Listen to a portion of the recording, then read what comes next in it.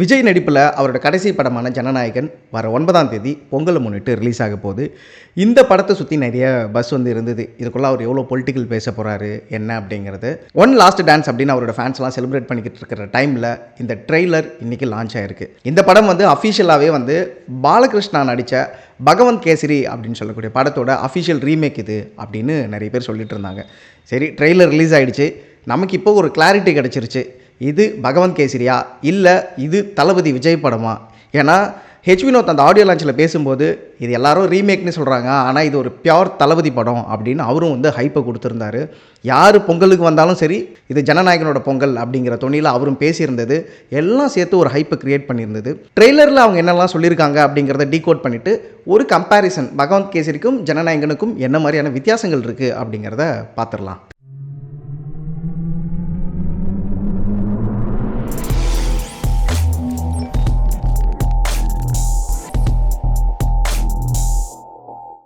விஜய் பாலிடிக்ஸுக்கு வந்துட்டார். இது அவரோட கடைசி படம். இந்த படம் அவரோட பொலிட்டிக்கல் மூவுக்கு என்ன மாதிரிலாம் ஹெல்ப் பண்ண போகுது, இதுக்குள்ளே பொலிட்டிக்ஸ் சார்ந்து என்னெல்லாம் வச்சுருக்காங்க அப்படின்னு நம்ம எதிர்பார்த்தோம் அப்படின்னா, இந்த ட்ரெய்லரோட ஷாட்லேயே ஆமாம் இது பொலிட்டிக்கல் பேசுகிற படம் தான் அப்படின்றத சொல்லிடுறாங்க. எப்படி அப்படின்னா, யாரோ ஒருத்தவங்க ரேண்டமாக ஒரு மெசேஜ் அனுப்பி கேட்குறாங்க, பெருசே நான் ஒரு நம்பர் அனுப்புகிறேன், இது யாருது அப்படின்னு பாரு அப்படின்னு. அதில் பேர் வருது, தளபதி வெற்றி கொண்டான்.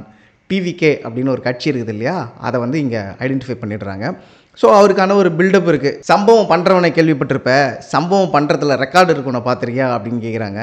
அது கொஞ்சம் கொஞ்சமாக பில்டப் கொடுக்குறாங்க. விஜயோட கை அந்த மாதிரி ஸ்லோ மோஷன் ஷாட்ஸ்லாம் வருது. அதுக்கப்புறம் ஒரு ஃபாரஸ்ட்டுக்குள்ளார 2 எலிஃபெண்ட், அதுக்கு நடுவில் அவர் ஒரு தீப்பந்தத்தை எடுத்துகிட்டு வர்றாரு. அதாச்சும் இருட்டிலேருந்து ஒலிக்கு வரதா அப்படியே அவங்க மெசேஜ்லாம் சொல்லியிருக்காங்க. இந்த 2 எலிஃபெண்ட் அவங்களோட கட்சி கொடியை ரெப்ரசென்ட் பண்ணுற மாதிரி இருக்குது.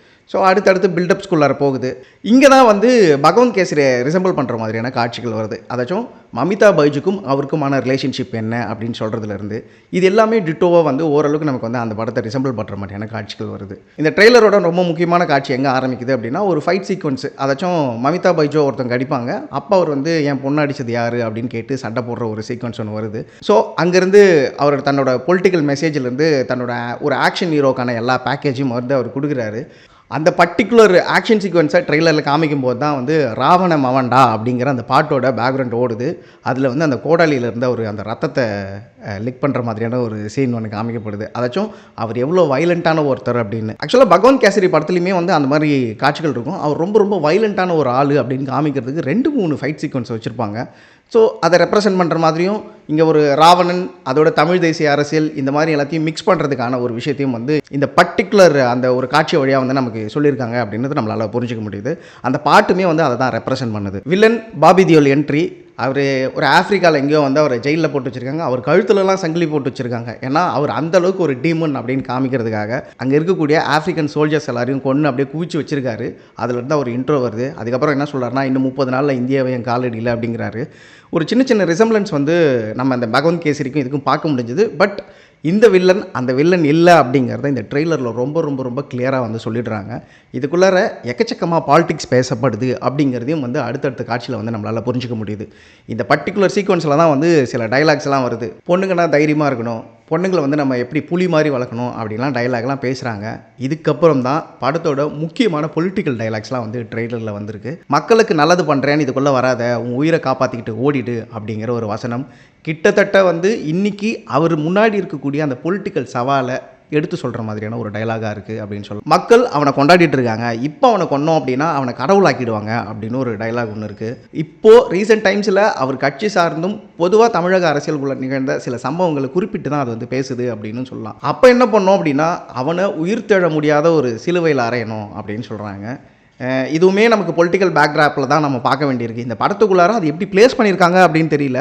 ட்ரெய்லருக்குள்ளார நம்ம பார்க்கும்போது பியோர்லி அது ஒரு பாலிடிக்ஸாக தான் நமக்கு முன்னிறுத்தப்படுது. இதுக்கப்புறம் ஒரு விஷுவல் ட்ரீட்டாகவே பார்த்தோம் அப்படின்னா, பகவந்த் கேசரியிலேருந்து இந்த இடங்கள்லாம் ரொம்ப டிஃப்ரெண்ட்டாக தான் காமிக்கப்பட்டிருக்கு. ஃப்ளையிங் ட்ரோன்ஸ் எல்லாம் வர மாதிரி, துரத்துற மாதிரி அப்படி காமிக்கப்படுது. அதுக்கப்புறம் ஒரு ரோபோட் எல்லாமே வருது இந்த ட்ரெய்லரோட எண்டில் அப்படின்னு சொல்லலாம். இங்கே தான் ரொம்ப முக்கியமான ஒரு பொலிட்டிக்கல் டைலாக் கடைசியில் அவர் பேசுகிறாரு. உன்னை காலி பண்ணிவிடுவேன், அசிங்கம் பண்ணிவிடுவேன் அப்படின்னு சொல்கிற எவனாக இருந்தாலும் சரி, எனக்கு திரும்பி போகிற ஐடியாவே இல்லை, ஐ எம் கம்மிங் அப்படின்னு சொல்கிறாரு. அதுக்கப்புறம் அந்த ஜனநாயகன் அப்படிங்கக்கூடிய அந்த டைட்டில் வருது.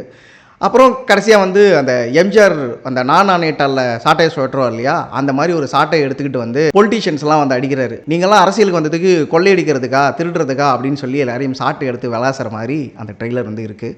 ஸோ இந்த ட்ரெய்லர் முக்கியமாக ஒரு ஃபிலிம் அப்படிங்கிறத தாண்டி ஒரு ஃபேன் சர்வீஸ் அப்படிங்கிறத கடந்து கண்டிப்பாக நிறைய பொலிட்டிக்கல் மெசேஜஸை வந்து கொடுத்துருக்கு அப்படின்னு சொல்லலாம். நாம் பார்த்த இந்த ஒரு 30 to 40 மினிட்ஸ்குள்ளாரே வந்து ஒரு 2 மில்லியன் வியூஸை வந்து கிராஸ் பண்ணி போயிருந்தது இந்த ட்ரெய்லர். ஸோ இந்த இம்பாக்ட் வந்து படத்தில் எப்படியெல்லாம் பிளேஸ் பண்ணியிருக்காங்க, படத்துலையும் இது வந்து ஒரு பொலிட்டிக்கல் மெசேஜாக இருக்கா இல்லை வெறும் ஃபேன் சர்வீஸாக இருக்கா அப்படிங்கிறத பார்த்து டீகோட் பண்ணலாம். ஸோ இப்போது பியோர்லி வந்து இது வந்து பவன் கேசரியோட ரீமேக் அப்படின்னு சொல்லிட்டாங்க. அதுக்கும் இதுக்கும் என்னெல்லாம் சிமிலாரிட்டிஸ் இருக்குது, என்னெல்லாம் டிஃப்ரென்ஸ் இருக்குது அப்படின்னு பார்த்துடலாம். பகவான் கேசரியில் பாலையா எப்படி வந்து ஒரு பொண்ணை எடுத்து வளர்க்குறாரோ அதே மாதிரி தான் இந்த படத்துலையும் வந்து விஜய் வந்து ஒரு குழந்தைய வந்து எடுத்து வளர்க்குறாரு அப்படின்னு காமிக்கப்படுது. அவர் வந்து ஒரு போலீஸ் ஆஃபீஸர் அப்படிங்கிற பேக்கிங்லாம் அந்த படத்தில் சொல்லியிருப்பாங்க. சேம் டிட்டோவாக இருக்குது. சேம் டிட்டோ அந்த பொண்ணை வளர்க்குறது, அந்த பொண்ணுக்கு வந்து ப்ராக்டிஸ் கொடுக்கறது. ஏன்னா அந்த பொண்ணை வந்து அந்த பொண்ணோட ஒரிஜினல் அப்பா இருக்கார் இல்லையா, அவர் வந்து ஒரு ஆர்மி ஆஃபீஸராக ஆக்கி பார்க்கணும் அப்படின்னு ஆசைப்பட்டதாக சொல்லுவார். அந்த ஆசையை நிறைவேற்றுறதுக்காக இவர் வந்து நிறைய ட்ரைனிங் கொடுக்கறது, இது எல்லாமே நமக்கு அப்படியே வந்து டிட்டோ பகவான் கேசரியில் தான் எடுத்து வச்சுருக்காங்க. இந்த படத்தை வெறும் ரீமேக்காக பண்ணலை அப்படிங்கிற ஹிண்ட்டை வந்து ஆல்ரெடி வினோத் வந்து அந்த ஆடியோ லான்ச்லேயே சொல்லியிருந்தார்.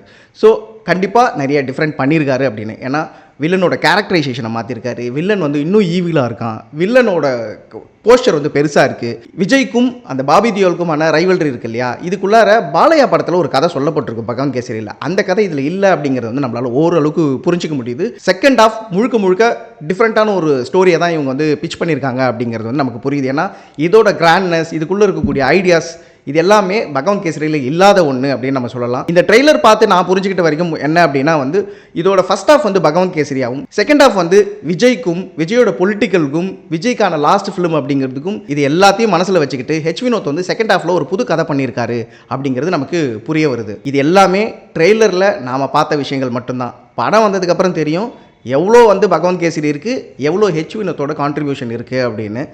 வினோத் இந்த படத்தை ஆரம்பிக்கிறதுக்கு முன்னாடி விகடனில் ஒரு பேட்டி கொடுத்தாரு. அதில் என்ன சொல்லியிருந்தார் அப்படின்னா, பொலிட்டிக்ஸை மீறியும் வந்து விஜய் சாரோட ஃபேன்ஸுக்கும் ஃபேமிலி ஆடியன்ஸாக வரவங்களுக்கும் இந்த படம் பிடிக்கணுங்கிறது தான் அவரே கேட்டுக்கிட்டாரு. அதை தான் நானும் பண்ணியிருக்கேன் அப்படின்னு சொன்னார். பட் ட்ரெய்லரில் கொஞ்சம் பொலிட்டிக்ஸ் தான் அதிகமாக இருந்தது. படம் வரும்போது அது ஃபுல்லாக வந்து ஃபேமிலி ஆடியன்ஸையும் ரசிகர்களையும் திருப்திப்படுத்துகிற மாதிரி இருந்துச்சா அப்படிங்கிறத பார்த்துட்டு சொல்லுவோம்.